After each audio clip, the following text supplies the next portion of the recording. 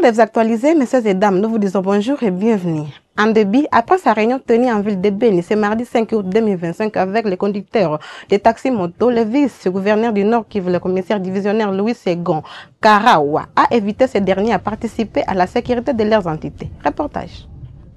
Les conducteurs des motos-taxis de la région de Beni réaffirment leur soutien aux autorités de la place dans la sécurisation de leur milieu.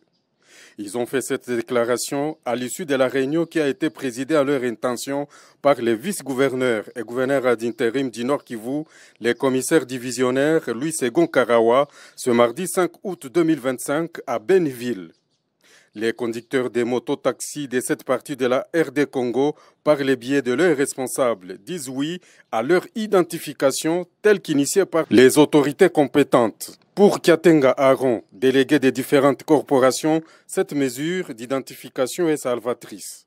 Nous avons été interpellés par l'excellence monsieur le vice-gouverneur de province du Nord Kivu par rapport à la situation qui se passe sur terrain dans le secteur des taximens. Et il y a l'opération d'identification. On a échangé longuement sur ce point et on a trouvé des solutions. On a vu que c'est trop important de pouvoir passer à l'identification pour nous permettre de pouvoir savoir qui est le responsable de la moto. En cas de vol de moto, on peut repérer la moto perdue comment. En tout cas, c'est dans le cadre de sécurité. Et sur ce fait, nous interpellons les membres de l'ICTECO, donc les corporations de taxi-moto, de pouvoir se joindre à cette opération afin que toute opération puisse se passer dans des conditions normales, sans bruit, sans problème, parce que c'est à notre intérêt. A noter que la ville et le territoire de Beni renferment des dizaines de milliers de motos-taxis qui jusque-là n'étaient pas identifiés. Ces actualités, appelées à comparaître devant la Cour comme témoin dans l'affaire Constant Mutamba, l'ex-ministre de la Justice, Rose Mutombo, explique dans cet élément sa procédure pour la construction de la prison de Sake au Nord Kivu. Votre attention. Le projet de la construction de la prison de Sake à Goma. Et la note d'information a été présentée au Conseil des ministres. Mais ce qui est différent pour ce contrat-là, c'est un partenariat public-privé. Puisque quand je présentais au Conseil des ministres, j'ai dit que le Trésor public n'a pas de l'argent pour la construction des prisons telles que levées lors des autres Conseils des ministres. Et que j'ai une proposition à faire au gouvernement qui pouvait nous avancer. Et j'ai présenté dans une note d'information lors d'un conseil des ministres ma proposition qui a été validée. C'était quoi exactement? La majorité de nos prisons sont construites dans les centres-villes, puisque dans les temps du temps colonial, il n'y avait pas autant de population. C'est ainsi que la prison de Mouzézé, qui est en plein centre-ville, dérangeait les différentes populations environnantes. Quand j'ai présenté ce projet, on a eu à nous réunir avec les différents ministères sectoriels qui interviennent. On a été avec les infrastructures, l'urbanisme, l'aménagement et les affaires foncières, puisque on devrait intervenir dans la province du Nord Kivu pour avoir un terrain pour construire cette prison-là. Et les experts ont eu à travailler, ont fait plusieurs descentes, et finalement, les consortiums qui avaient gagné le marché, puisqu'on a suivi toutes les procédures, et on avait la norme. Quand les consortiums a été accepté à notre niveau, ils ont produit leur cahier des charges, et les ITPR ont validé les cahiers des charges. Et chaque fois, malheureusement, cette prison, on avait terminé déjà des gros ouvrages, il restait des finitions. En marque de sa présence dans les espaces laquistes, fluviales et maritimes, le chef d'état-major des forces armées de la République démocratique du Congo, le lieutenant-général Gilles Banza, a doté la force navale d'un canot rapide ce lundi 4 août 2025. Reportage. Le lieutenant-général Bonza Mwilambo Gilles, chef d'état-major général des forces armées de la République démocratique du Congo, a officiellement remis un canon rapide armé à la force navale. Cette unité flottante, la première d'un lot de plusieurs autres, est destinée à renforcer l'autorité de l'État à travers les différents cours d'eau de notre pays, particulièrement au pôle Malébo. La cérémonie a eu lieu ce lundi 4 août 2025 au Beach Majestic River, dans la commune de la Gombe. La dotation de ces canons rapides à la force navale entre dans le cadre de la matérialisation de la vision du président de la République, Félix Antoine Tshisekedi, commandant suprême des FARDC pour son armée. La vision de construire un grand outil de défense au service du peuple congolais. Les clés de ces speedboats ont été officiellement remises au vice-amiral Kouyandi et Mehdi Albert, chef d'état-major de la force navale, par le lieutenant-général Bonza Mwilambo Gilles, chef d'état-major général des forces armées de la République démocratique du Congo. Ces speedboats sont équipés de 2 moteurs de 250 chevaux chacun. Ils sont montés d'une mitrailleuse de calibre 12,7 mm et de 2 armes PKM. Pour se rendre compte des performances de ce type d'engin, le chef d'état-major général, ses 2 adjoints et d'autres officiers sont montés à bord de l'un des speedboats. Une démonstration a été réalisée dans la baie d'Ngaliema sur le fleuve Congo. Les marins eux-mêmes ont continué à s'entraîner pour maîtriser l'engin.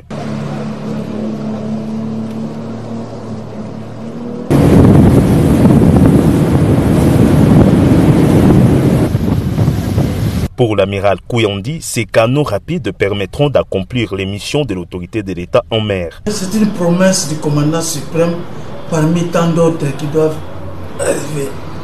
C'est aussi pour marquer pour notre visibilité sur nos espaces liquides et aussi tout marquer, faire une permanence sur zone.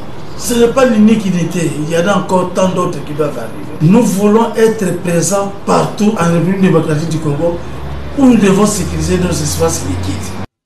Dans la sécession de ces actualités, le citoyen congolais Jacques Sinzahera déplore les conditions dont sont traités les passagers venant de la partie est de la République démocratique du Congo, Bunia et Beni, à l'ambassade de la RDC en Ouganda et appelle à la restauration de la dignité du peuple congolais. Il s'exprime.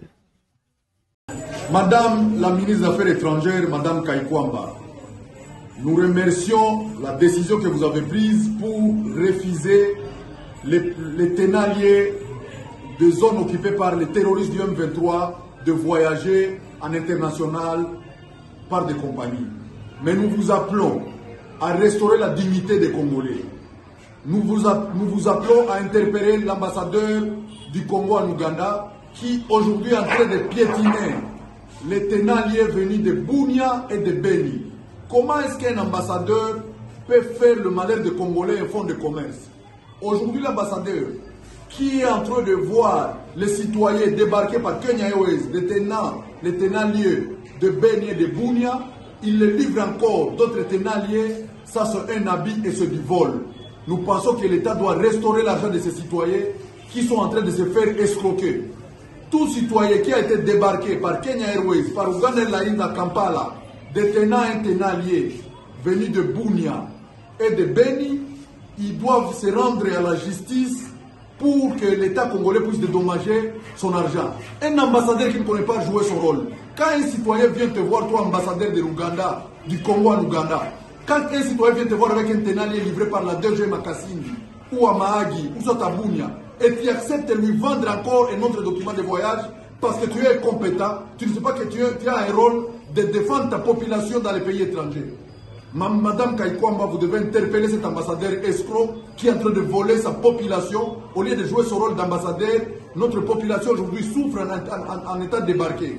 C'est l'ambassadeur qui devrait aller dire à Kenya Airways et à Uganda Airlines que la décision ne concerne que les zones occupées par les rebelles. Mais aujourd'hui, nos populations sont débarquées et l'ambassadeur continue à les vendre les documents de voyage. Nous donnons, Madame la ministre, dans 48 heures, si cette question n'est pas réglée, nos citoyens qui sont dans les zones contrôlées par le gouvernement sont débarqués à Kampala et dans d'autres pays parce que les ambassades veulent juste saboter les institutions du pays en privilégiant l'argent qui est le patriotisme. Si l'ambassadeur ne veut pas jouer son rôle comme il faut, il doit être interpellé et chassé. Peuple congolais, levons-nous tous pour restaurer la dignité nationale. À l'occasion de la cérémonie de remise et reprise le lundi dernier entre le nouveau gouverneur et la sortante de la BCC Thérèse Malangou, le ministre des Finances Doudou Fouamba a évité l'entrant à préserver le pouvoir d'achat et la stabilité du franc congolais. Excellence Madame le vice-ministre des Finances, Monsieur le gouverneur de la Banque centrale du Congo, Madame la gouverneure honoraire, Messieurs et Mesdames les administrateurs, chers cadres de l'Institut de mission. Il a pris à son Excellence Monsieur Félix Antoine Tshisekedi Tshilombo, président de la République, chef de l'État, d'opérer un changement au sommet de la Banque centrale du Congo au travers l'ordonnance numéro 25 par 239 du 19 juillet 2025 portant nomination d'un gouverneur de la Banque centrale du Congo.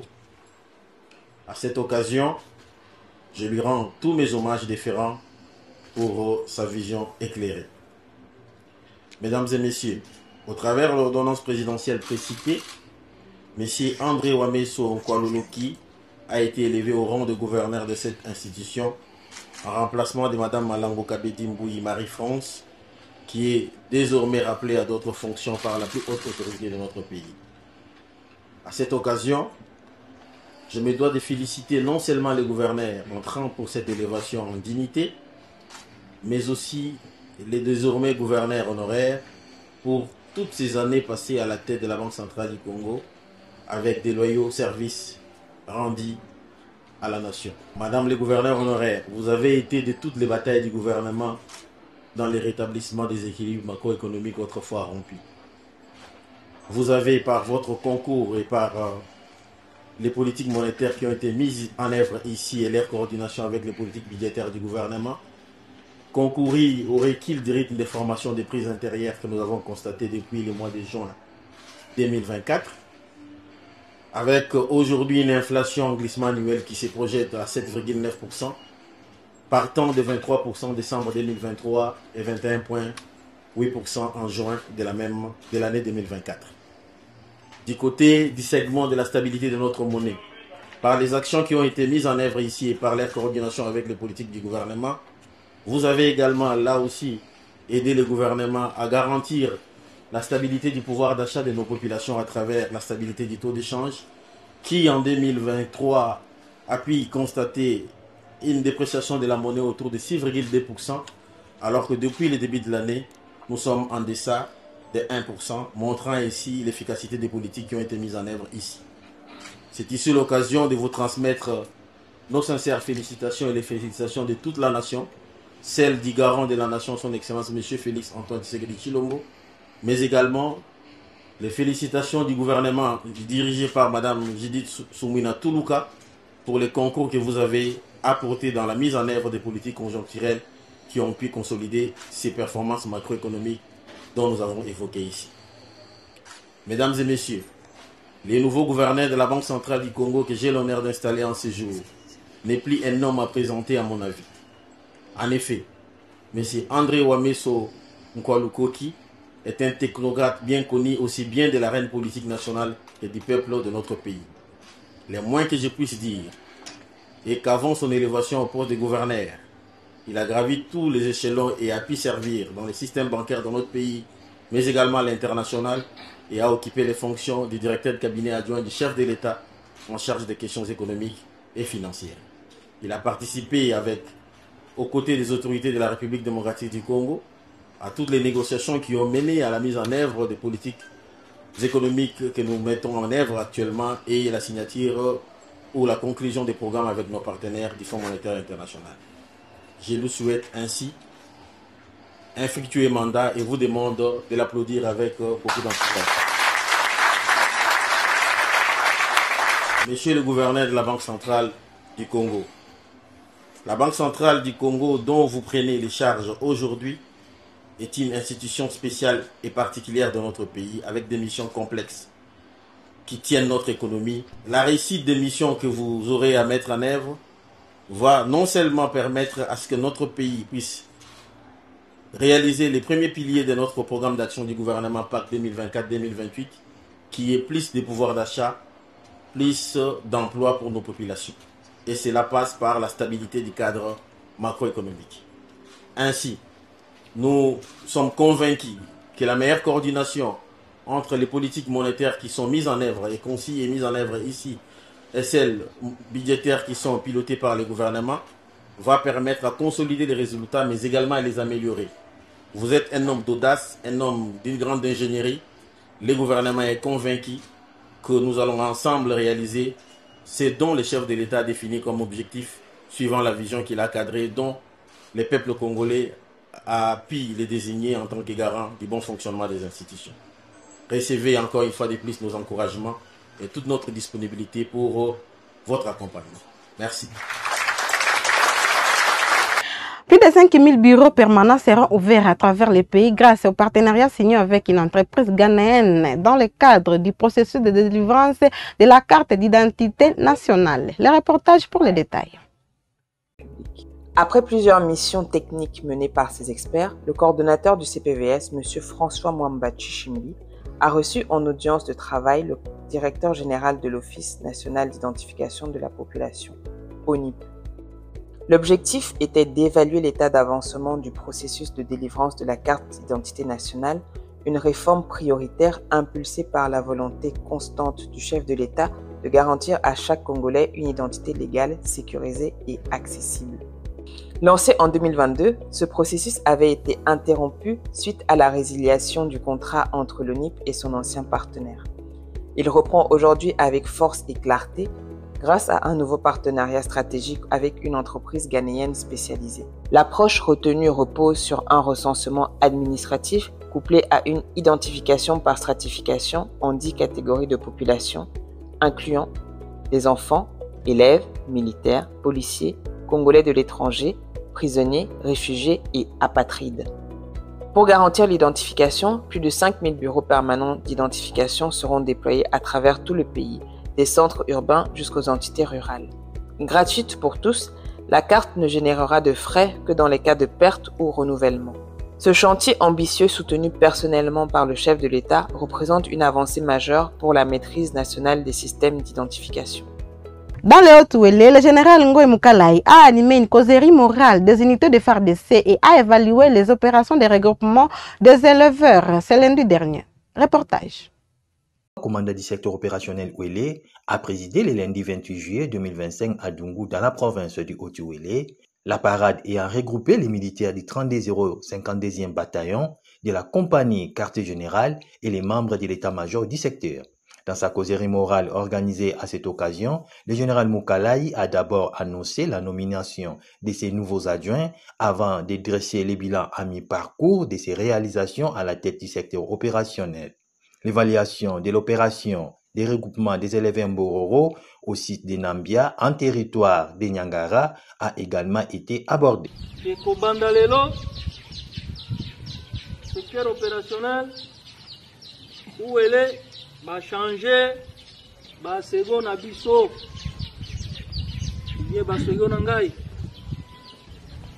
va konzi, va juger, va tindi, les deux colonels, moko à charge d'opération, mosusu à charge d'administration. C'est là qui m'a promis, c'est à la parade. Tolobaki après ça, la distance, la bava est bien, kokende kuna.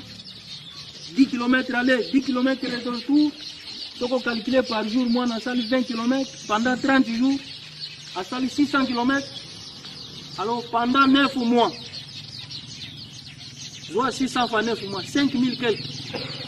Donc, distance, à moi, on a moteur au bima, comme il y a chaque. Donc, c'est la première année, boy. Deuxième, trois, moi, on a sali sa 6e primaire. À cause de la science, comme même en France.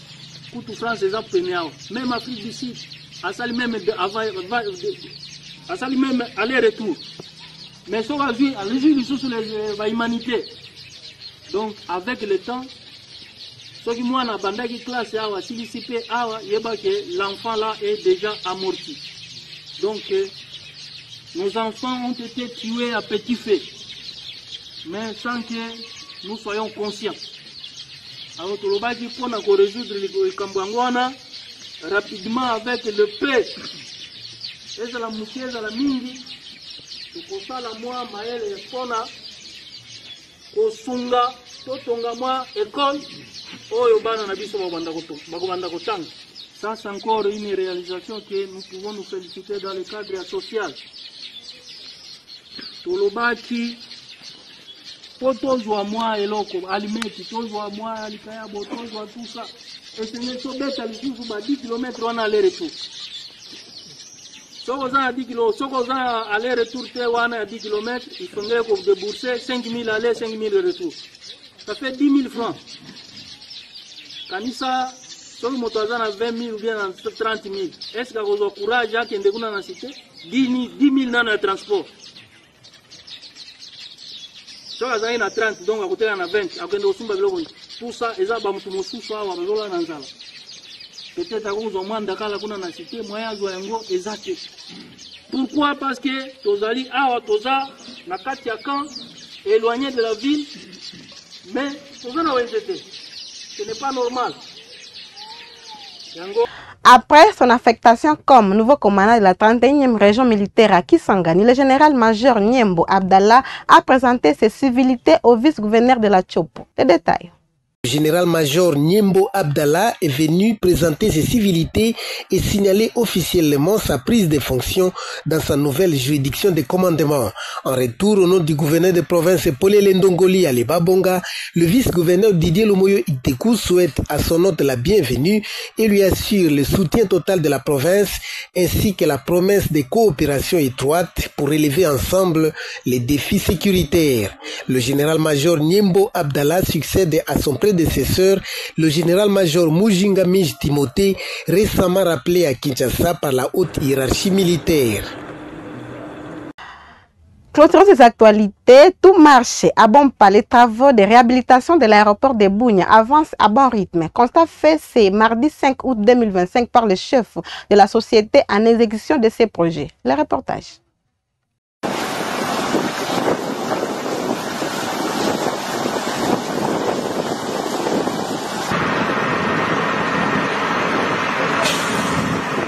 Aérogare, tour de contrôle, caserne anti-incendie, tarmac, piste d'atterrissage. C'est un chantier d'une fierté impressionnante, digne d'un aéroport international. Ici, à l'aéroport Morongo de Bunia, le constat est appréciable. Les engins roulent à plein régime pour transformer rapidement l'image de ces sites, dont l'évaluation de travaux est évaluée à ce jour à 60%. Ça, c'est la piste. Comptons la mettre en service.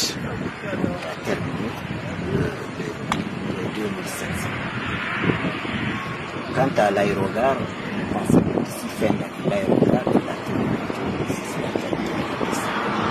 Longue de 1500 mètres, cette piste va s'étendre jusqu'à 2000 mètres.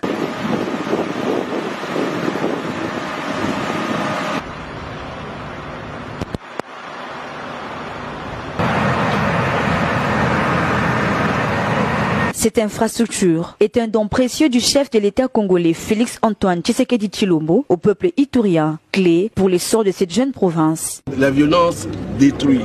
Avons-nous encore besoin de détruire ce que nous avons construit aujourd'hui? Ça fait 4 ans? Je ne pense pas.